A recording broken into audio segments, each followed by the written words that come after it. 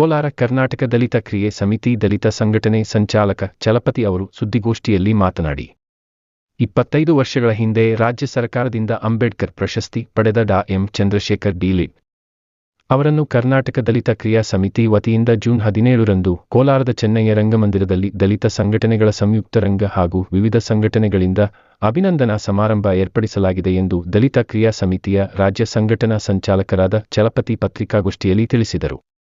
ದಲಿತರ ಏಳಿಗೆಗಾಗಿ ಶ್ರಮಿಸಿದ ಸಾಧಕನಿಗೆ ಸನ್ಮಾನ.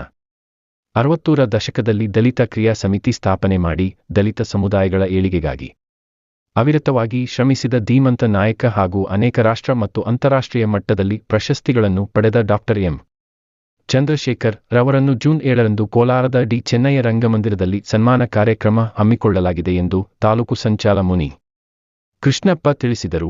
ನಗರದ ಅಂಬೇಡ್ಕರ್ ಭವನದಲ್ಲಿ ಕರ್ನಾಟಕ ದಲಿತ ಕ್ರಿಯಾ ಸಮಿತಿ ವತಿಯಿಂದ ಕರೆಯಲಾಗಿದೆ ಪತ್ರಿಕಾಗೋಷ್ಠಿಯಲ್ಲಿ ಮಾತನಾಡಿ ಚಂದ್ರಶೇಖರ್ ರವರು ಅಪ್ಪಟ್ಟ ಬಾಬಾಸಾಹೇಬ್ ಅಂಬೇಡ್ಕರ್ ರವರ ಶಿಕ್ಷಣ ಸಂಘಟನೆ ಹೋರಾಟ ಎಂಬ ತತ್ವದಲ್ಲಿ ಅಪಾರ ನಂಬಿಕೆ ಹೊಂದಿದ್ದು ಡಾ. M. Chandrashekar educational and research foundation ಎಂಬ ಸಂಸ್ಥೆಯನ್ನು ಅನೇಕ ಬಡ ವಿದ್ಯಾರ್ಥಿಗಳಿಗೆ ಶಿಕ್ಷಣವನ್ನು ಒದಗಿಸಿ ಜಿಲ್ಲೆಯಲ್ಲಿ ಶೈಕ್ಷಣಿಕ ಕ್ರಾಂತಿಯನ್ನು ಪ್ರಶಸ್ತಿಗಳು ಬಂದಿದೆ, ಅಂತಾರಾಷ್ಟ್ರೀಯ ಮತ್ತು ರಾಷ್ಟ್ರೀಯ ಪ್ರಶಸ್ತಿಗಳು. ಆದರೂ ಕೂಡ ಅವರು ಎಲ್ಲೂ ಹೇಳಿಕೊಂಡಿಲ್ಲ. ಹಾಗಾಗಿ ತಾವು ಕೂಡ ಈ 6-9 ಕಾರ್ಯಕ್ರಮದಲ್ಲಿ ಭಾಗವಹಿಸಬೇಕು. ಈ ನಮ್ಮ ಸಾಹೇಬರ ಸೇವೆಗಳನ್ನು ಪಡೆದಿರತಕ್ಕಂಥವರು ಎಲ್ಲಾ ಕರ್ನಾಟಕ ದಲಿತ ಸಂಘ ಒಕ್ಕೂಟ ಸಮಿತಿ ಸದಸ್ಯರುಗಳು, ಎಲ್ಲಾ ಸಂಘಗಳ ಪದಾಧಿಕಾರಿಗಳು, ಸದಸ್ಯರು ತಾವೆಲ್ಲರೂ ಕೂಡ ಈ ಕಾರ್ಯಕ್ರಮದಲ್ಲಿ ಪಾಲ್ಗೊಂಡು ಈ ಕಾರ್ಯಕ್ರಮವನ್ನು ಯಶಸ್ವಿಗೊಳಿಸಬೇಕೆಂದು ಮನವಿ ಮಾಡಿದರು.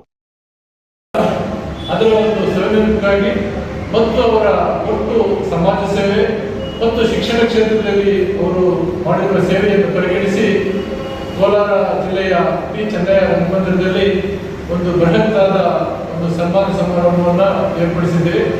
ಈ ಸಮಾರಂಭಕ್ಕೆ ಸನ್ಮಾನ್ಯ ಜಿಲ್ಲಾಧಿಕಾರಿಗಳು ಮತ್ತು ಪೊಲೀಸ್ ಉನ್ನತಾಧಿಕಾರಿಗಳು, ಇತರೆ ಅಧಿಕಾರಿಗಳನ್ನು ನಾವು ಆಹ್ವಾನಿಸಿದ್ದೇವೆ. ಹಾಗೂ ಈ ಸಮಾರಂಭಕ್ಕೆ ಈ ಬಂಗಾರಪೇಟೆ ತಾಲೂಕಿನಿಂದ ಸುಮಾರು 1,000 ಜನ ಅಲ್ಲಿಗೆ ಹೋಗ್ತಾ ಇದ್ದೀವಿ, ಪ್ರತಿ ಹಳ್ಳಿಯಿಂದಲೂ.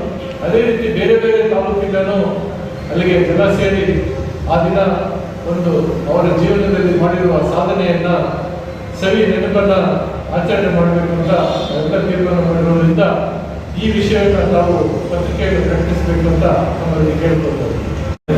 ಈ ದಿನ ಪತ್ರಿಕಾಗೋಷ್ಠಿಯನ್ನು ಕರೆದಿರ್ತಕ್ಕಂಥ ಉದ್ದೇಶ, ಕರ್ನಾಟಕ ದಲಿತ ಕ್ರಿಯಾ ಸಮಿತಿ 1972ರಲ್ಲಿ ಡಿ. ಎಂ. ತಿಮ್ಮಯ್ಯಪ್ಪ ಮತ್ತು ಚಂದ್ರಶೇಖರ್ ಸಾಹೇಬರು ಸಂಸ್ಥಾಪಕರಾಗಿರ್ತಾರೆ. ಆ ಒಂದು ಸಮಿತಿ ಅಡಿಯಲ್ಲಿ ದೀನದಲಿತರ ಏಳಿಗೆ ನೊಂದವರ ಧ್ವನಿಯಾಗಿ ಹಗಲಿರುಳು ಸಮಾಜ ಸೇವೆಯನ್ನು ಮಾಡಿಕೊಂಡು ಬಂದಿದ್ದಾರೆ. ಅವರ ಇತಿಹಾಸ ಚರಿತ್ರೆ ಹೇಳಬೇಕಾದ್ರೆ ದಿನ ಸಾಲು. ಆದರೂ ಕೂಡ 2002ರಲ್ಲಿ ಕಾಂಗ್ರೆಸ್ ಸರ್ಕಾರ ಎಸ್. ಎಂ. ಕೃಷ್ಣ ಸಾಹೇಬರು ಮುಖ್ಯಮಂತ್ರಿ ಆಗಿರ್ತಾರೆ. ಸಮಾಜ ಕಲ್ಯಾಣ ಸಚಿವರು ಕಾಗೋಡು ತಿಮ್ಮಪ್ಪರವರು ಆಗಿರ್ತಾರೆ. ಕೆ.ಎಚ್. ರಂಗನಾಥ್ ಅವರು ಇಂಧನ ಮತ್ತು ಲೋಕೋಪಯೋಗಿ ಸಚಿವರಾಗಿರ್ತಾರೆ.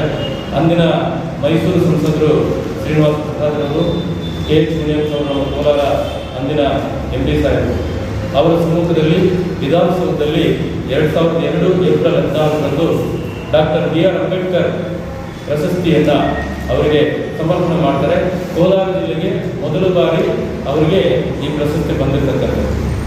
ಹಾಗಾಗಿ ಅವರ ಸೇವೆಯನ್ನು ಪರಿಗಣಿಸಿ ಬಾಬಾ ಸಾಹೇಬರ ಅಂಬೇಡ್ಕರ್ ನಾಣ್ಣುಡಿಯಂತೆ ಶಿಕ್ಷಣ ಪಡಿಬೇಕು ಅಂತೇಳಿ ಎಲ್ಲ ದೀನದಲಿತರಿಗೆ ಫ್ರೀಯಾಗಿ ಅಂಚಾಳ ಗೇಟ್ನಲ್ಲಿ ಫೀಲ್ಡ್ ಮಾರ್ಷಲ್ ಕೆ. ಕಾರ್ಯಪ್ಪ ಸಮೂಹ ವಿದ್ಯಾಸಂಸ್ಥೆಗಳು ಅದರಲ್ಲಿ 1ರಿಂದ 10ನೇ ತರಗತಿ ಮಕ್ಕಳಿಗೆ ಫ್ರೀಯಾಗಿ ವಿದ್ಯಾದಾನ ಮಾಡ್ತಾ ಇದ್ದಾರೆ, ಅನ್ನದಾನ ಮಾಡ್ತಾ ಇದ್ದಾರೆ.